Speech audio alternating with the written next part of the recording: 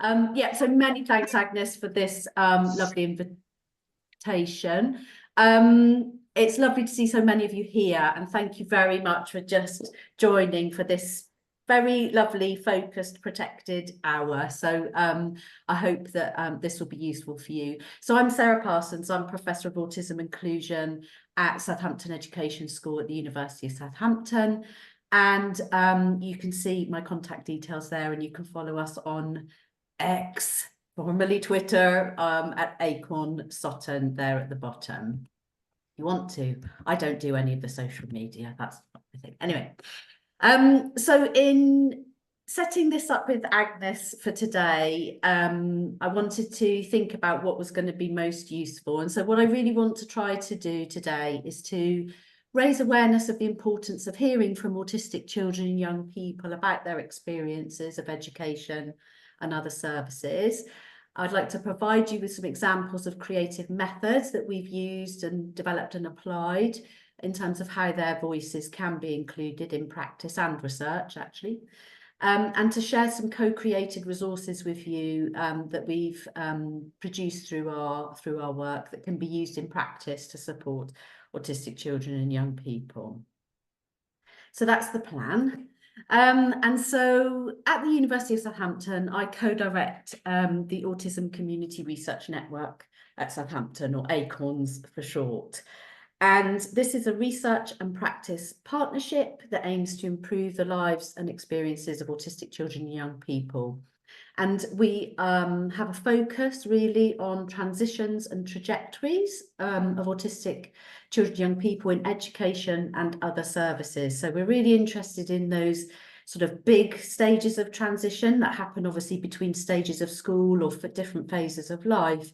But we're also really interested in those everyday or sort of more micro transitions, but we know can be really big transitions for autistic children and young people. So all those things that help to keep children and young people regulated, feeling safe, feeling ready to learn, feeling like they want to go to school, all of those kinds of things. We're interested in all of those kinds of transitions as well, as a way of supporting children and young people to have positive experiences. We were established in 2016 with a little bit of funding from the University of Southampton, so we're always grateful for that. And at the heart of our work are autistic children and young people and what they have to tell us and their experiences. But we work with a whole range of different folk within that, as you can see from that visual. So we work with families, we work in the community in different ways, we work with schools and with other services or organisations. And of course, we have a group of lovely research folk who work with us as well.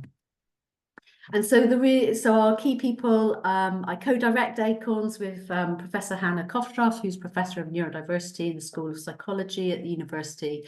And we are connected up with a range of sort of key stakeholders and our ACORN steering group, which includes professionals and students from a range of sectors and backgrounds. And that includes people who also are parents and also have autism diagnoses themselves. And so really what we try to do in ACORNS is to address challenges that come from practice.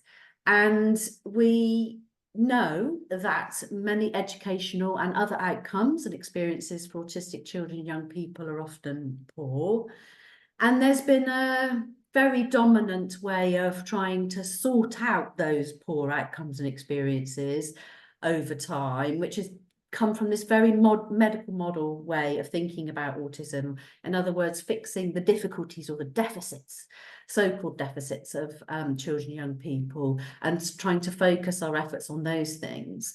And what has happened over time is that the sort of evidence that tends to be prioritised is that which comes on kind of fairly experimental designs or fixed designs, which sort of tends to do interventions to children and young people rather than research with children and young people.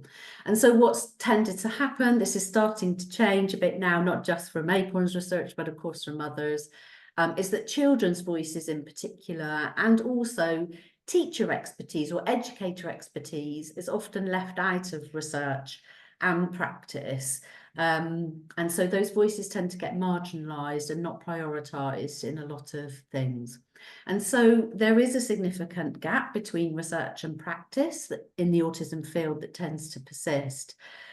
And also a tendency to sort of assume that knowledge transfer or exchange is the answer. And what I mean by those two things are, in terms of knowledge transfer, this kind of one way research knows best, and we're going to tell practice what to do with our research findings, or exchange. So in other words, we talk about what matters to each other, but there isn't much collaboration or synthesis between the two. And often research questions, at least historically, that have been derived from practice or try to answer questions in practice are often not prioritised. So really our mission in Acorns is to try to shift things around a little bit and to try to change all of that. So what we try to do is to address that marginalisation and underrepresentation of autistic children's and young people's experiences and voices. So we take a social justice position, and one that hopefully is more inclusive. We take participatory approaches and apply creative methods in our research in order to try and be as collaborative and creative and inclusive as possible. As I've already said, those voices and experiences of autistic children and young people are central to what we do. And our research questions are relevant to practice and are often negotiated with the people that we work with. So we try to negotiate that as much as possible in terms of what's really of interest here and how can we work on that question or problem together. And so ultimately, of course, I know it's a big claim, but we do want to try and make a difference with what we do. It's not for us about, you know, academic knowledge just staying within academia. That's absolutely not the point.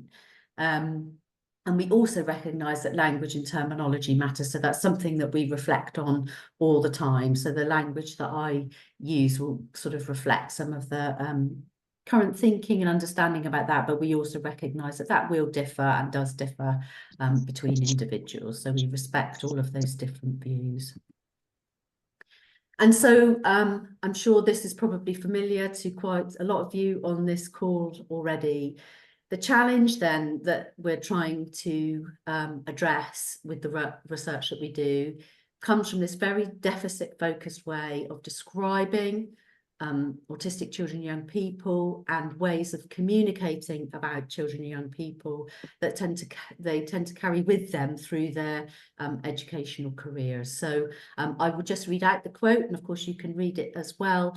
But this quote says, "Matthew has very limited social skills. He has great difficulty communicating, and he finds it difficult to understand the implicit rules of social interaction and appropriate social behaviour. Within a group, he becomes isolated and introverted and appears to shut himself off from the activity and language about him.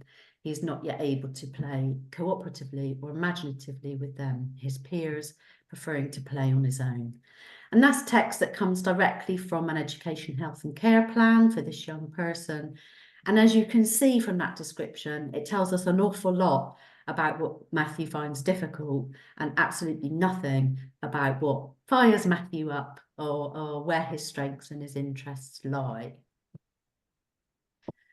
And so connected to that challenge is also this one, which is about the absence of voices. So on the screen is a screenshot of another education, health and care plan, this time for Oscar. And this is a section of an education, health and care plan where local authorities are mandated to include the views of the child or young person who is at the centre of that plan. And you can see from that statement, Oscar is not able to give his own views. And this is one of the challenges that we wanted to address. And in fact, this is what brought one of our lovely partners, Aviary Nursery in Eastleigh, to our door, because they were saying to us, you know, this just isn't okay and we need to do something about it, but we don't know how to go about doing that. And of course, as researchers interested in this space, that's a really interesting and important problem to help us try to solve. And I'm going to show you how we try to solve it in a minute. And so what we try to do then is knowledge co-construction. So this is different from the knowledge transfer and the knowledge exchange that I talked about briefly earlier. And this is really about trying to bring our understanding, our knowledge, our expertise together in ways that move us past what we already know. So this is very much the synthesis of ideas from research, from theory and practice that takes place in a values-led way that forms both conceptual, so tools for thinking, and practical tools for doing, for impacting methods in research and practice. Or as I kind of loftily describe it in one of the papers that we've published, is that this is about encompassing new knowledge creation. So the what do we want to know through the shared endeavours of research and practice working together equally. So how do we do that? How do we share the expertise and the knowledge and bring that together in meaningful ways? And so what we've done is we've managed to get some research together, so to get some funding for research together with some of our community partners from the Frobel Trust and from the ESRC. And we've also had some money from the University of Southampton for various things, which has been lovely. And we try, where appropriate and feasible, to write up our research for publication with some of the people that we've worked with in practice. So that's some of the things that we try to do. Those things are important, obviously, for trying to keep the research going. But as well as all those kind of more traditional academic things, I suppose, which you'd expect us to be doing, I really just wanted to share some examples of what happens when we try and work in this way. What kinds of things are we able to do, and resources are we able to create that are useful both for research and for practice. So I'm going to give you some examples of that now. So following on from that quote that we saw about Oscar not being able to give his views, we did a project that was funded by the Frobel Trust and was focusing to start with in the early years. So this was with our partners, the Avery Nursery in Eastleigh. And we developed what eventually became the I Am Digital Stories. And this was about, our focus in that project anyway, was on focusing on 4-year-old children, autistic children in this project, who were making their transition into primary school. So they were making that first big transition between nursery and primary. And we define I Am Digital Stories as short videos which are designed to provide a holistic, strengths-based representation of the child through enabling them to contribute their perspectives to transition planning. Because as I say, we wanted to really try and help to find a solution to this idea that Oscar's not able to share his views.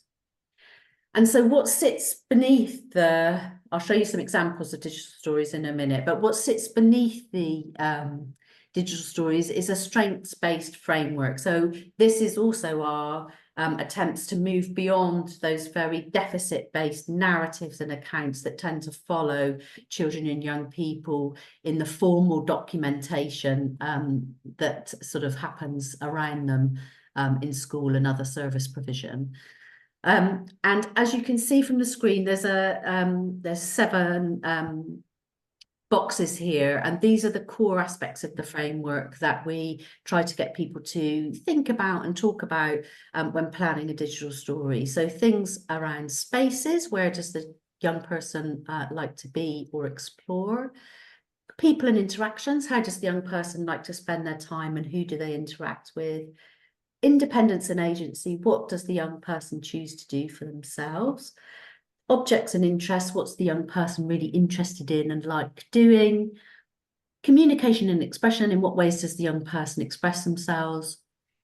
Support, what support is helpful for the young person? So that's important too. We need to put in some of those things where support is needed. And skills and capabilities, what is the young person good at? So that's the sort of orienting framework that sits beneath the stories.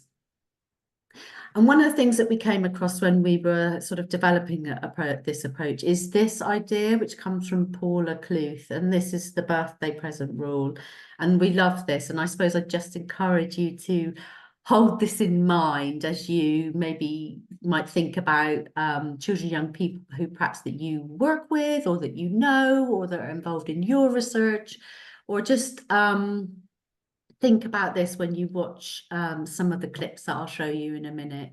But Paula Cluth says, when you read a description of a learner, examine a report about him, or listen to his team discuss his profile, you should be able to generate an idea for a birthday gift for him. And if you can come up with a great gift idea, you should be able to come up with good ideas for teaching materials, positive behavioural supports, and lesson formats too. And I think you can see that that's quite a different way of thinking about a child or young person compared to that very deficit-focused narrative that we saw right at the start. So I'm going to do, I haven't got time to show you these digital stories in full. They are all sort of between 3 and 5 or just over 5 minutes long. But I'll show you some clips of them so you just get a flavour of the kinds of things that we're talking about. So this is actually Oscar, the same Oscar whose voice we were told earlier, or he wasn't able to express his views. So I'm just going to introduce you to Oscar and play you a couple of minutes of his digital story. It starts off quite quietly and then you'll hear the sound.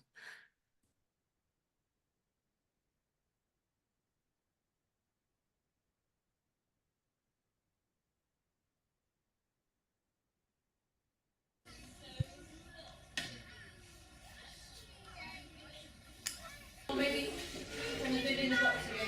Let's go do it.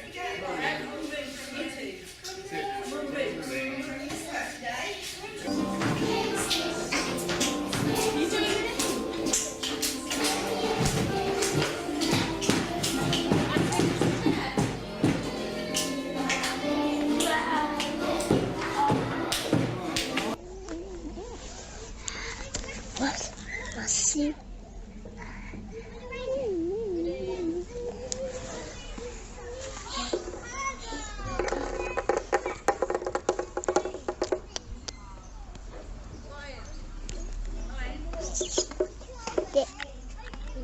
No.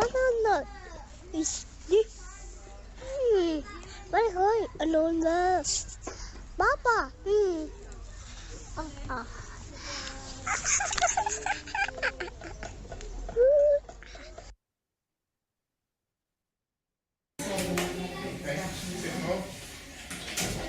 First bit.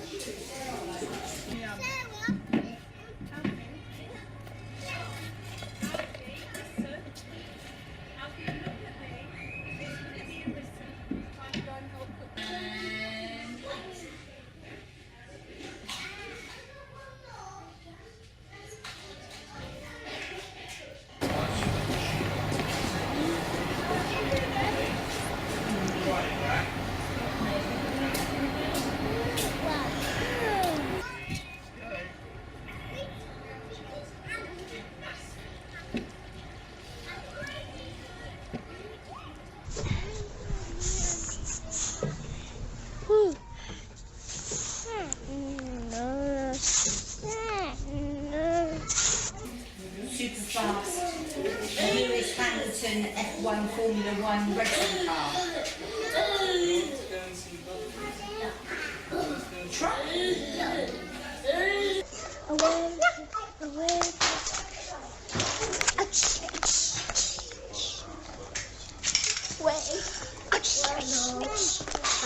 Push harder. All the way down.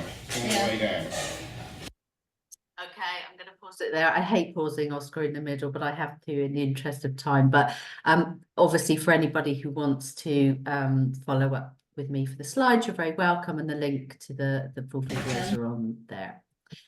So I'll just show you a different clip now. This is from a piece of work which was funded by the ESRC that we did, and the Springwell School in Southampton were the partners for this.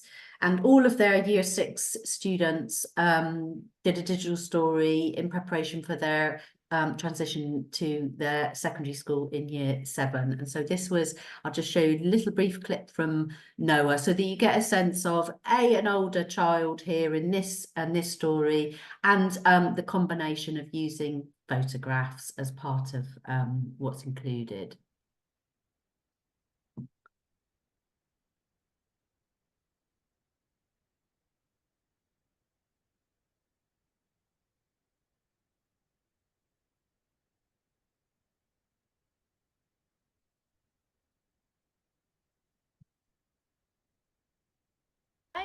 Watch train. Good job.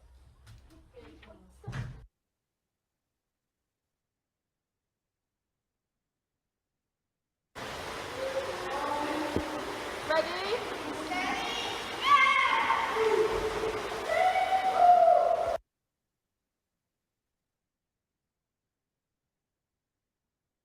This one, Kai. So if I've got 1 and I take away 1, how many have I got? 0. 0. Let's see. Can you see if I'm right?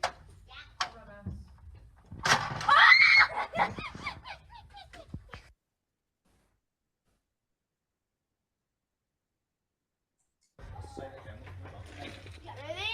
Steady. Let's go. Oh dear.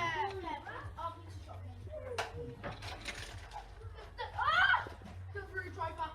Go through, driver.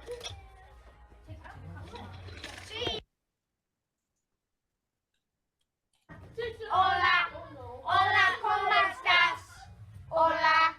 Hola. Hola, ¿cómo estás? Okay, I'm going to pause that one there. I love that crocodile clip. It makes me laugh every time. So I know it's coming, but we can sense the anticipation as well, can't we, with him on the crocodile dentist. But these were stories that were created entirely by the school. They embedded the whole thing within their curriculum. So some of that was done during English and IT and those kinds of things. So it's very much a school thing. So I just wanted to show you that one. And then I'm just going to show you a brief clip from Lil, and this just to give you a flavour again of a young person who again is older. So Lil was making a transition into sort of post-18 provision. She was moving on from a special school, and Lil was the prime author, the editor, the everything for this video. The choice of music is hers. Everything is her choice. So again, I just want to give you a flavour of how the digital stories can differ depending on the child and young person, obviously at the centre of them, and the role that they play in the creation of their story. So I'll just show you a little bit of Lil.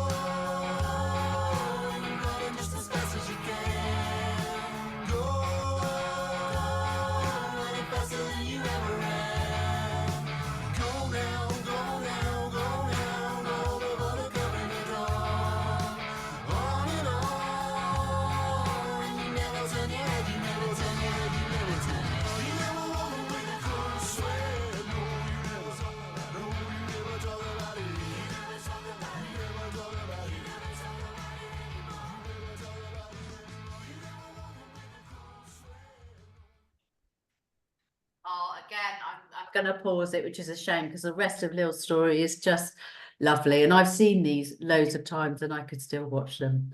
And I still love them. Anyway, so I hope though that just gives you a bit of a flavour of the kind of thing that we're trying to do with the digital stories work, which is really about putting those children and young people at the centre of those stories, for them to have as much agency as possible and feasible around what is represented from a strengths-based perspective, to support their transitions into and out of school. Why does that matter? We've done some evaluation, as you can imagine, and had some lovely feedback from people. So in this case, this was a social worker from one of our trainee educational psychology students, who's now an educational psychologist, Steph Lewis-Dagnall. She did her work on with digital stories in a specialist residential school to support some young people to transition into adult services.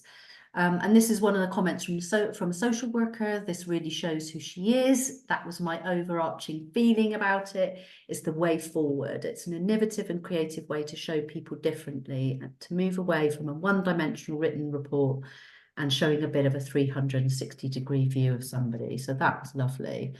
And then this from the speech and language therapist, it facilitates a really positive conversation between people who watch the story. I was able to see how AD does certain things and activities.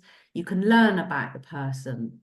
What stuck with me is the positivity that stuck with me after I watched the story. I felt like I knew him a bit more and I liked him as a person. And I think that's really important. So I think you can see that there's a role there in terms of just instantly getting a bit more of a sense of that person. And if you're interested in the I Am Digital Stories, we have an I Am Digital Stories website, and you can find there's a whole bunch of resources and downloadable guides on how to create the digital stories in practice, if that's something you'd like to explore or indeed research. And there's some animations as well that kind of guide you through the different steps of that. And of course, I'm really happy if you want to contact me for a chat about any of that. All right, so that's the digital stories. I'm going to move on now to give you another example. And this is the School Days comic, which is really a tool or a resource for supporting conversations about transitions and possibly to have some reflections on practice. So what's happening to support children and young people in their transitions. So this was it's a comic. I'll show you some more pages from it in a minute, but this was co-produced with autistic students from New Forest School and some of the staff there to support transitions into secondary. And this is a comic that tells the story of Lee Mouse, who's getting ready for their first day at secondary school. And the storyline really reflects the voices and experiences of autistic students, as well as some of the strategies that they identified that support their well-being at school. And those strategies and those voices we took from a range of different projects that some of our undergraduate and master's students did, involving autistic students in different ways and in different contexts. And we really learned what mattered to them from those projects, and they sort of fed into some of the thinking for the storyline of School Days. And so some of the strategies that are included in the comic includes things like having positive and understanding relationships with staff members, having a safe space to go to, a refuge to decompress, and an opportunity to talk through worries and fears. And so what we really tried to do with this comic is to say it's okay, you know, it's very common actually to have some anxiety about this very big transition into secondary school, and it's okay to talk about it, and it's okay to ask for help. So some of those pictures there on the screen are taken from various workshops that we did within the school and with others, with some professionals as well, to help us develop and inform the project. So, for example, this is where the comic starts, when Lee feels he can't sleep and their stomach is tight and they're really just very nervous about what's going to happen. And then Lee's standing at the bus stop, again, looking and feeling very small and very worried. And so that's our opening scene, and that very much was led by the young people who we talked to in the project, because they really wanted us to. We'd started in a different place actually, and they said, no, actually it's that waking up on the first day that's one of the scariest things. So we ended up including that. And then these are just examples from within the project of the kinds of things. So feelings of overwhelm, and how an older student is then supporting Lee in school, and then finding that place of refuge and safety, and being signposted to a quiet space that's going to be helpful for Lee. So that's just an example of that kind of thing. That's us as a team, or most of us. I think it's just Fate that's missing from there, but most of us there. And that comic is available for a free download from our website, but we also have some printed copies of it if you would like some of those, because we're really keen to try and get the comic out into practice and to support conversations around transitions, and for those to be used in different ways. We'd love to hear how people think using the comic could be useful. And so why does the comic matter? Well, again, we seek feedback, of course, always. And this is a really powerful comment from an autistic student who we shared the comic with. And she said, you know, having stomach cramps from anxiety at school was something I'd experienced from about 6 or 7, but I couldn't really understand what was happening. So the comic was really relatable, informative, and beautiful to me. And then we were contacted by a lovely team in the community who are using the comic as part of a therapeutic approach that they offer to support really anxious, you can see in this comment, really anxious year 7s who are experiencing difficulties attending school and difficulties articulating why the transition has been so hard for them. And the community paediatrician there said to us, you know, the cartoons have been a truly amazing way of helping them to explain their feelings, and a great help for us as clinicians to hear for them what these issues are, rather than relying on the adult perspectives alone. So again, that was very powerful for us to think that that could be making a little bit of a difference for some children and young people who are struggling. And then the final example that I just wanted to share with you comes from Dr. Chloe East. Chloe was one of our PhD students who finished earlier this year, and she did some brilliant work with a group of autistic teenage girls.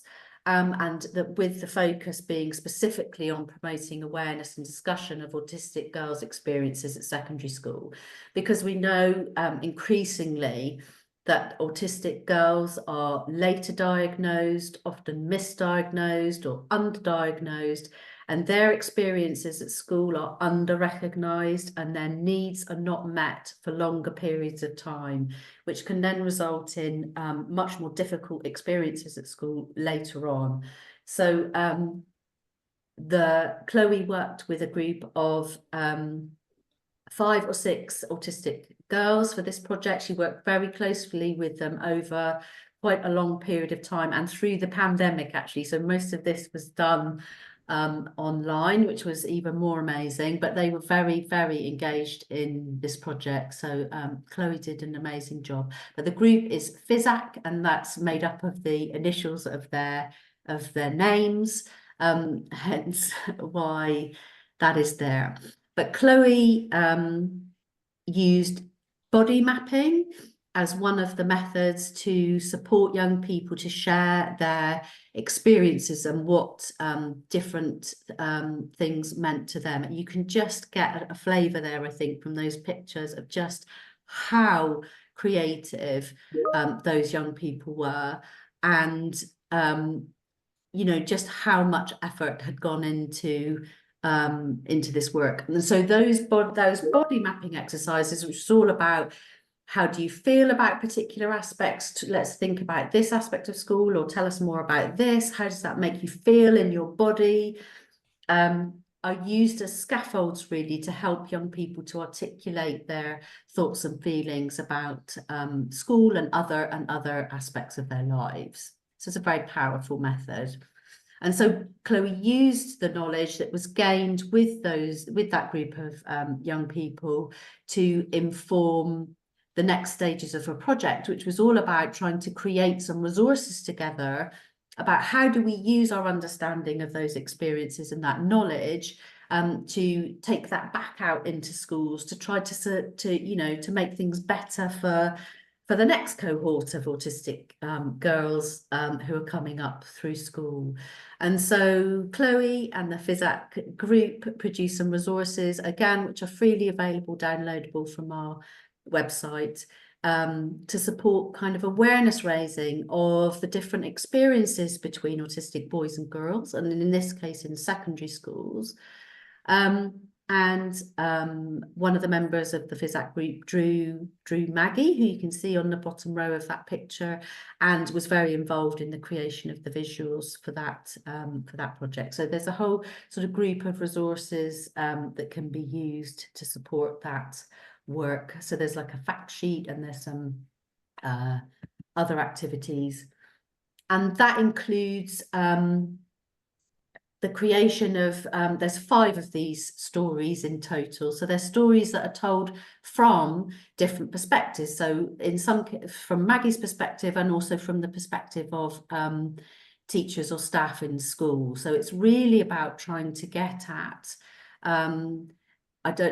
I'm sure some of you will have heard of the double empathy problem. So this is the, that comes from Damien Milton as a way of framing where and why the difficulties may arise, communication difficulties may arise for autistic people. Because historically, in that medical model way of thinking about autism that I mentioned right at the start, there is absolutely a positioning that it's the autistic person who is having the difficulties. That's where the challenges lie, and somehow we need to give some social skills training or communication training to that young person and fix the young person and help them to become better in their communication.